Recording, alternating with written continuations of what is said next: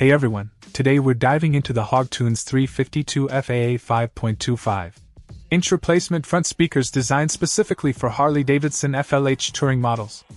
Now, these speakers pack a punch with their 2 ohm impedance and upgraded 1-inch titanium tweeter, delivering a smooth, full sound even at high volumes.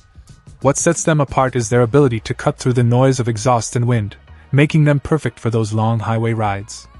Installation is a breeze with the easy harness connectivity, and no wire cutting required.